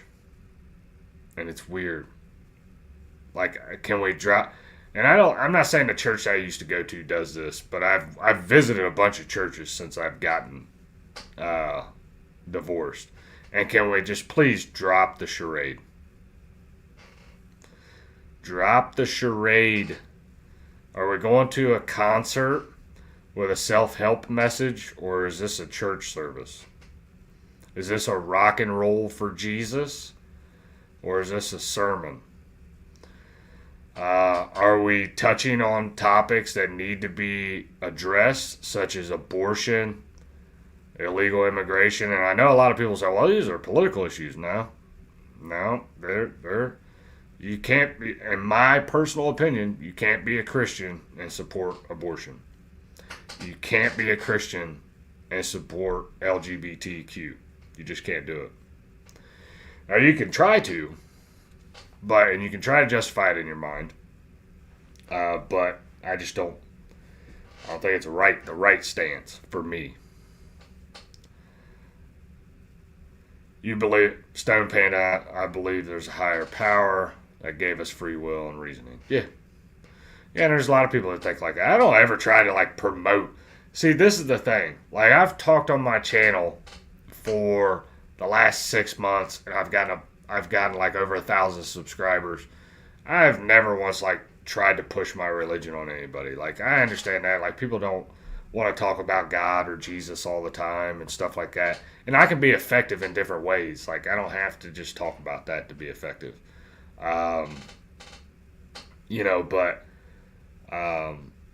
It's awesome. People are on, that's where my journey started, is believing in a higher power, starting to pray, and then God kind of opened my eyes to some things. And then said, fuck it. It is now sipping whiskey. Jesus. Yeah. So, hold on, let's see what HBR has. Yeah.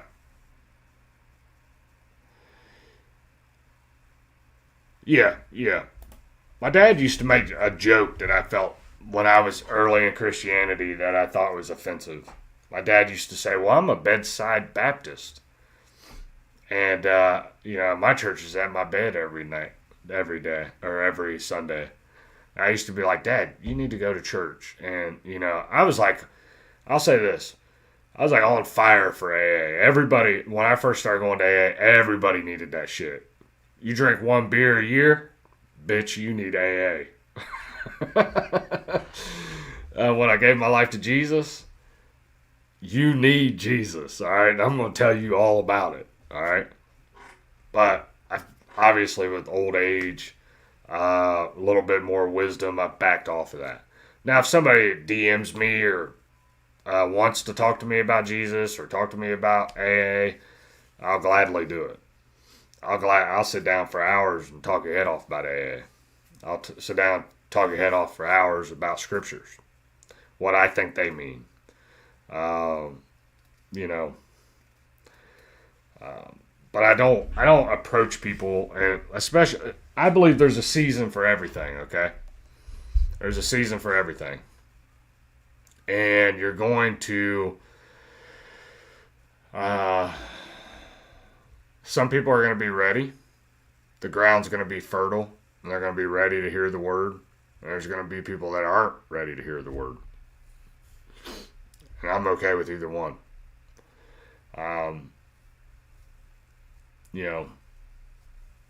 I would love to say I just let my example show, but don't watch me, all right? I'm a bad example. I'm a great example if you want to see God's grace and mercy. Okay, I will say that.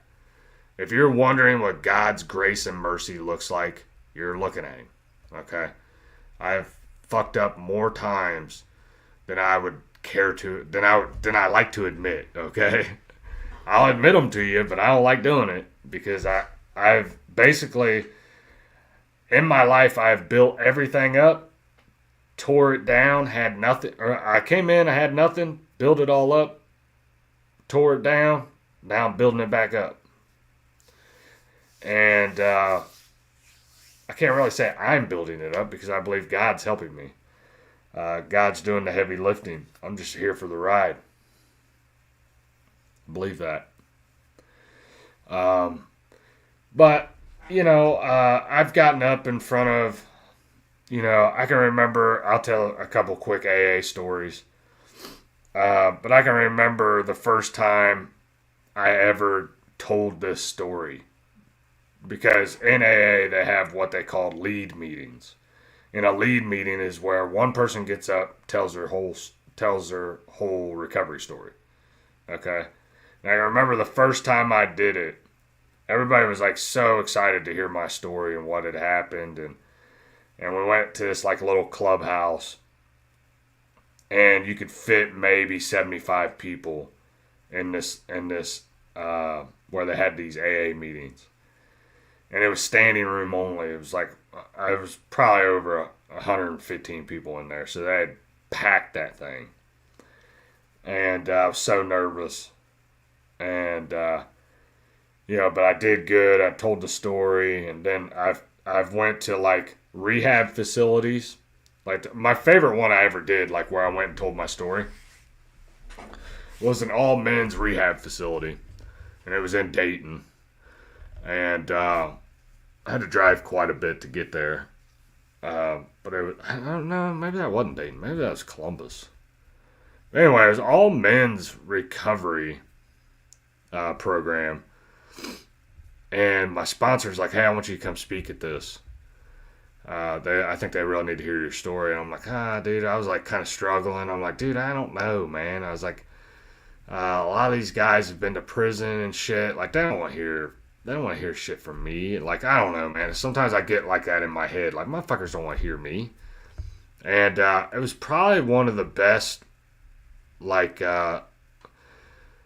times I told my story. Like, there were so many, like, I don't know if it fucking helped anybody, you know what I'm saying, but it sure the shit helped me, like, just to see the looks on their faces and to have the conversations afterwards about the meeting. Like, I don't know, telling these stories makes me want to go back to AA. Like, maybe I need to go to a meeting because I miss it. I miss the old AA. Like, not this new shit. The new shit's weird. Yeah, they started to leak a little bit of politics in. They started to leak, some of the clubhouses they just let drug addicts in, which is fine, Like, I understand everybody needs help, but there's a huge difference between smoking crack and being an alcoholic. There's a huge difference. And a lot of people don't understand that. Like, shooting heroin and having a heroin addiction and coming off of heroin is a hell of a lot different than alcohol. And it's like some shit we're not gonna be able to relate to.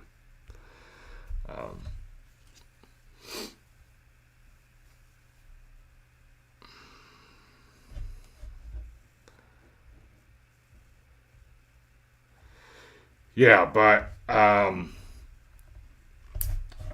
I did want to. I was gonna tell a couple more stories, but maybe I'll just let it be. Let it be. Oh no, I do want to tell one more story. I got a funny story. Let's tell a funny AA story, okay? So at the time in AA, all right, I was young. I'd probably been sober a year, so I was like 20. All right, I was missing the nightlife. All right, I missed the nightlife. I missed that way more than drinking. Like, I just missed the camaraderie, the hanging out, the chilling with the homies. Didn't have that shit no more. I got sober. All that shit went away. Nobody wanted to talk to me. Most of my friends told me I wouldn't stay sober longer than 2 weeks. So, I had a couple friends tell me that. You'll be drunk next week. And I just got one thing to say. 20 years later, I'm still here, bitch. Anyway. What the fuck was I going to say? Oh, I was in AA. I'd been there for a little while. Well, I've been flirting with a lot of girls. Okay, a lot of girls. All right, there's just women, fucking a lot. Some of them were considerably older than me, which is, I was young. They were getting sober.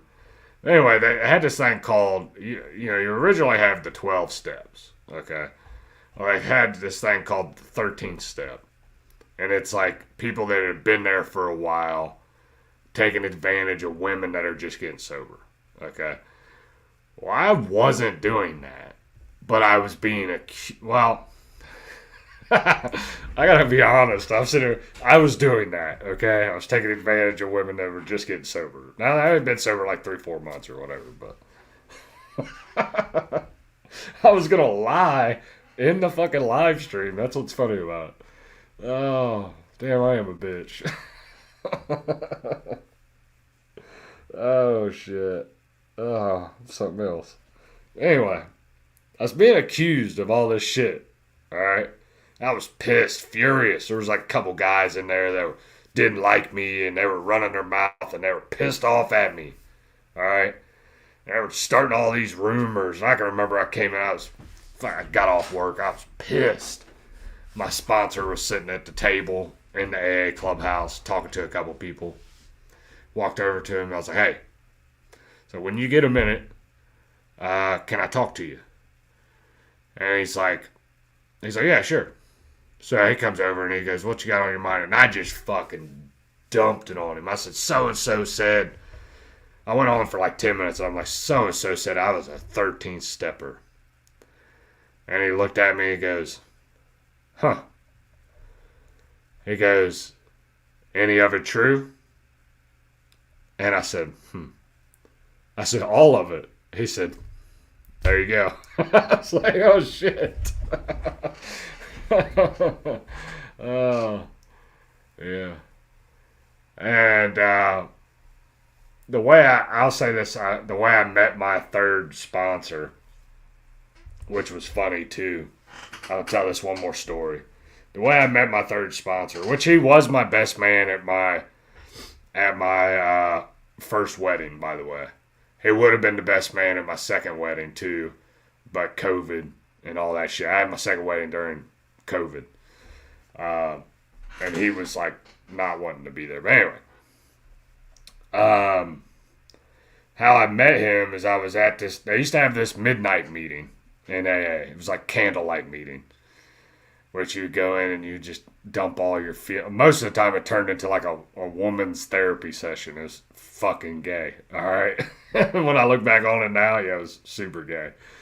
But I had seen my third sponsor a few times, I'm like, hey, he wasn't my sponsor at the time. I'm like, dude, this guy's kind of an asshole. So anyway, I'd seen him walk in. But I go off and I start fucking talking. All right. And me and my dad were having problems, like living together. I did want to say that. Like, I was about 3 months sober and moved in with my dad. And I've built an awesome relationship with my dad today. We've mended all the fences. I love my dad to death. He's a good man. He's done a lot for me, a lot for my kids. That's just a blessing that God's given me.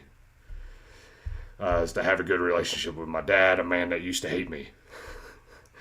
But anyway, we're in this meeting. He comes walking in. I'm like, dude, this guy's an asshole. But I start telling this story about my dad and living with my dad. Now, at the time, I'm fucking, how old was I? 20? I'm 20 at the time. 20, 21, somewhere around. No, I was 20. 20 at the time. I'm like telling this story. I'm bitching. My dad did this. My dad did that. My dad's bitching about this. He's bitching about that. And I went on for like 10 minutes. And like usually you got like a 5-minute cap at a fucking meeting when you're talking. I get to the end. And then my sponsor speaks up. Like I said, he wasn't my sponsor at the time. And he's like, he goes on, and he's like, talking about how we need to be self-sufficient and we need to live on our own and do our own shit. And then he goes, sometimes you just got to get to the point in life where you wean yourself off the tit and quit relying on other people. Oh, dude, I thought about that shit for like 2 weeks. I'm like, fuck that motherfucker. I was so mad.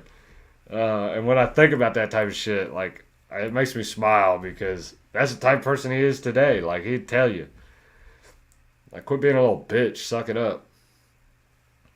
You know? Yeah, he'll also sit there and talk to you, too. But, I don't know. Oh, thanks, Frank. I appreciate it, man. Yeah. Yeah, I don't talk about this shit very often. I usually keep a lot of this shit personal. But maybe I need to talk about this shit. Okay? I'm sure there's people in AA that wouldn't want me talking about this shit. But it's my anonymity that I'm breaking. I'm not breaking anybody else's. So, but I'd love to be able to sit down and have, you know, if somebody was struggling or something, like with the way technology is nowadays, you ain't even got to meet in person to fucking talk AA and work the steps and all that shit. Trust me, I did not want, I'll say this, trust me, I did not want to do this tonight. I didn't want to do it. Like, but I knew I needed to get it out there. Yeah, it hit you with the truth that you needed at the moment. Exactly. Exactly. And he did that several times to me. Like, he would call me out on some shit. And it was just my way of thinking. He's like, dude, you need to quit trying to be a victim all the time. He said, man the fuck up. It's like, take care of what you need to do. You know, and then he would call me out in all different types of areas, man.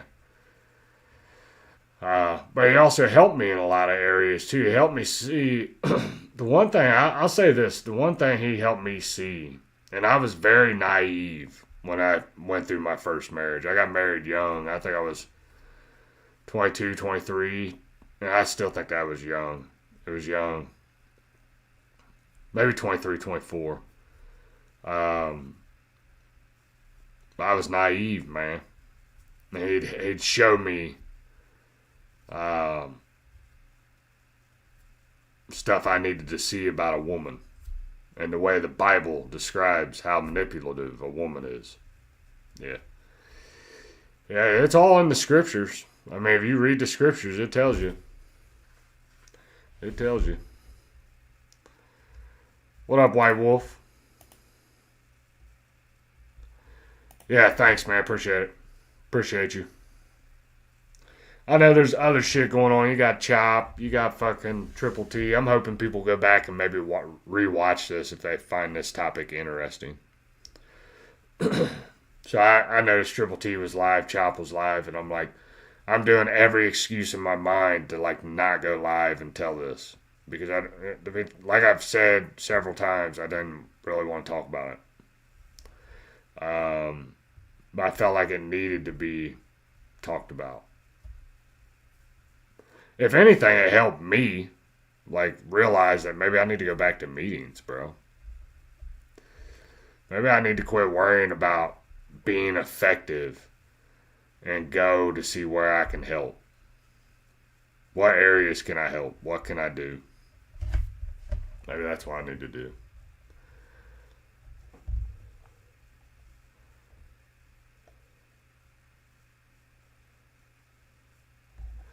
Yeah. Well, it's funny, HBR, if you're still in here, it's funny, I missed this. I didn't see this. It's funny because that one friend that told me I'd only last 2 weeks, I wouldn't last more than 2 weeks, is now married to my ex-wife. Bet you won't last more than 2 weeks, fuckhead. I'm just kidding.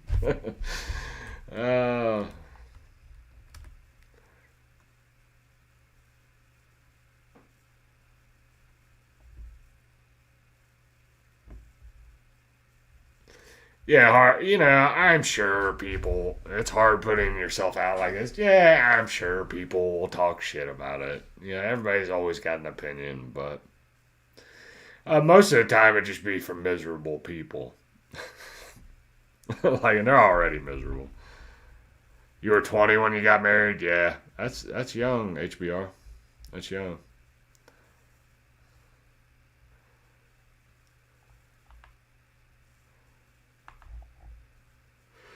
Yeah. All right. I think I'm at the 2 hour mark. I think I'm going to wrap it up. I do appreciate you guys coming through, though, watching. But,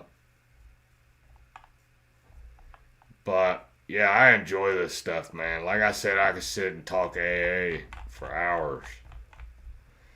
Read this book. I'm telling you, I'll say this. If you think you have a drinking problem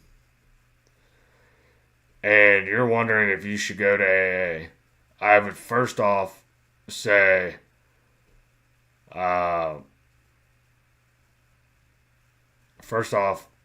out to a local AA club. Just go try it out, bro. Just go try it out. Just go see what they got to say. You might go there and think they're a bunch of fucking crackheads, and they might be. But those crackhead, crackpot, alcoholics saved my fucking life, man. I can't explain how many times I walked in and some old guy, about 30 years older than me, said something that saved my fucking life. At that point in time. I can remember I was back. This was like, I'm going to tell this one story and I'm going to wrap it up. Thanks, Linda. I appreciate you. I'm going to tell this one story. I'd been sober for a while. All right.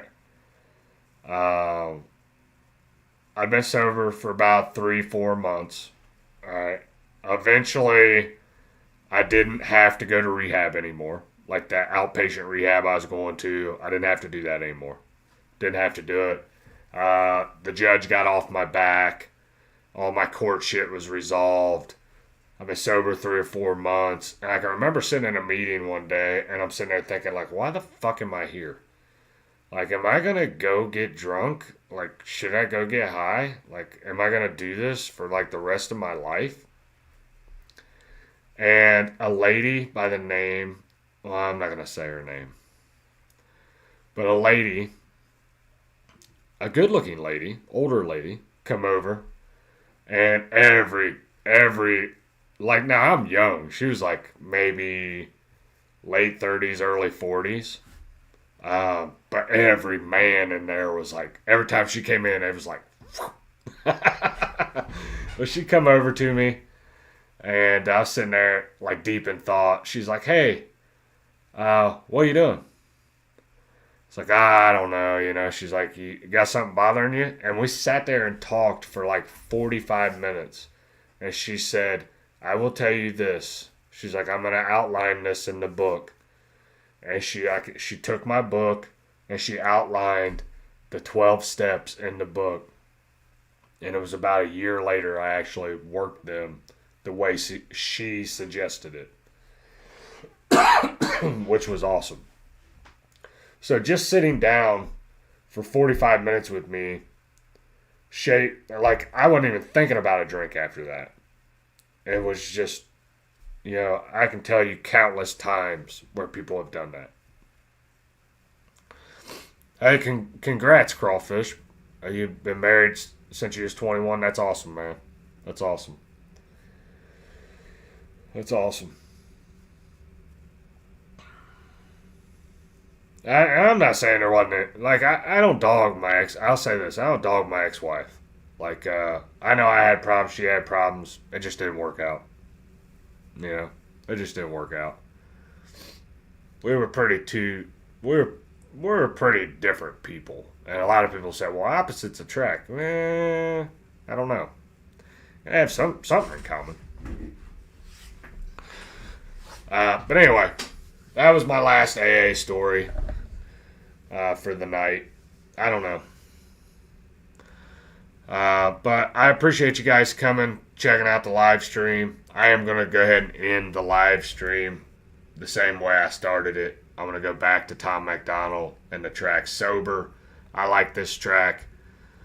He's also got one talking about church as well, but I like this one better. I think this describes what a lot of alcoholics and drug addicts go through. The insecurities, the failures, the frustrations. So that's dope.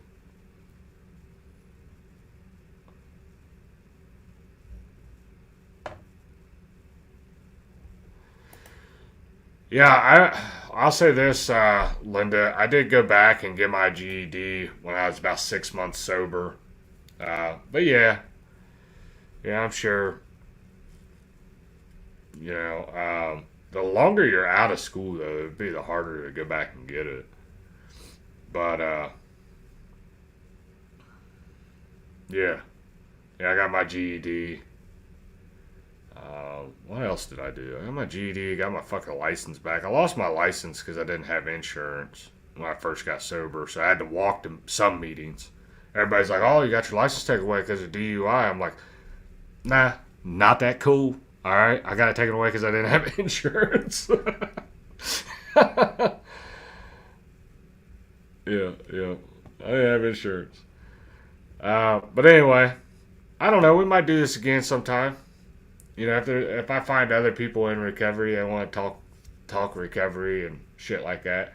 I don't know a whole lot of people that have worked the AA 12 steps. I know some people that are in recovery or go to church or something like that, but most people don't want to be put out like this. They feel like they're breaking AA's anonymity, and it ain't. You're breaking your anonymity. As long as you don't say anybody else's name, you're good. But anyway, I'm going to go ahead and jump off here. I'm going to go ahead and pull up Tom MacDonald's track Sober featuring Mad Child and Nova Rockefeller. So I appreciate you guys. Hopefully you have a blessed rest of your evening / morning. But God bless you. God bless your family. And God bless the United States of America. I'm out.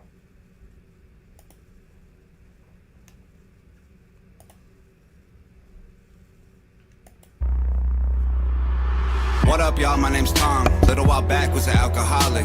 Had a mental breakdown like a year ago. Came close to put me in a coffin. Damn. After the hooker I loved, after I did all the drugs, after I finally got fired for showing up late to the job, hella tired and drunk, after the oxys I put up my nose with my boss on the oil rigs when I was young, after my ex cut her wrists and the cops thought I stabbed her and beat me then put me in cuffs, after I totaled my car trying to run from the cops with a kilo of coke in the trunk, after I drank till I rotted my teeth on my head, got infections in all of my gums, after I couldn't get hard cause the vodka and porno sedated me till I was numb, after I couldn't escape from the basement I rented and went to go live with my mom, after I cheated on people I needed and lied trying to hide from the guy that I was. Then I got sober, the madness was over. Now I am proud of the man I become. Yeah.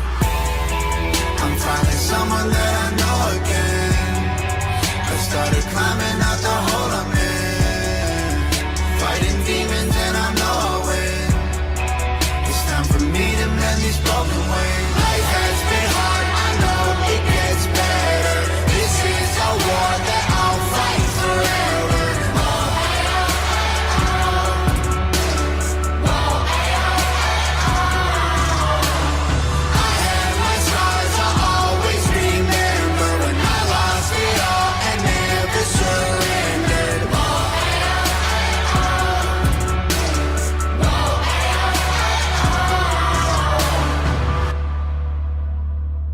Y'all, my name's Mad Child. I've been off to Xannies for a while now. I was waking up feeling suicidal, but I think I'm finally starting to smile now. Man, I lived a hell of a life. I've been to hell and back twice. Lost $10 million, 3 different addictions. Don't tell me about paying the price. From penthouses with top models, hanging with strippers with pop bottles. Anxious and hiding alone in my room from the world that was pissing in pop bottles. From chart topping being a role model to flop records and lost follows. When I cop product, got a month's worth. When I left the spot, cops followed. You saw a photo, it was only face, cause I was 85 pounds overweight.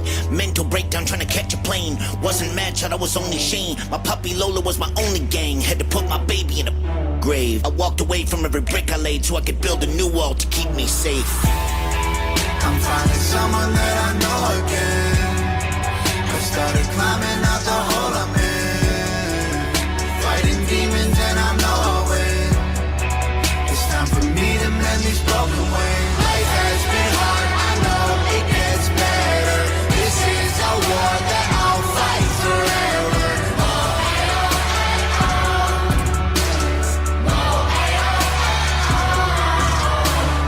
I have my scars, I'll always remember when I lost it all and never surrendered.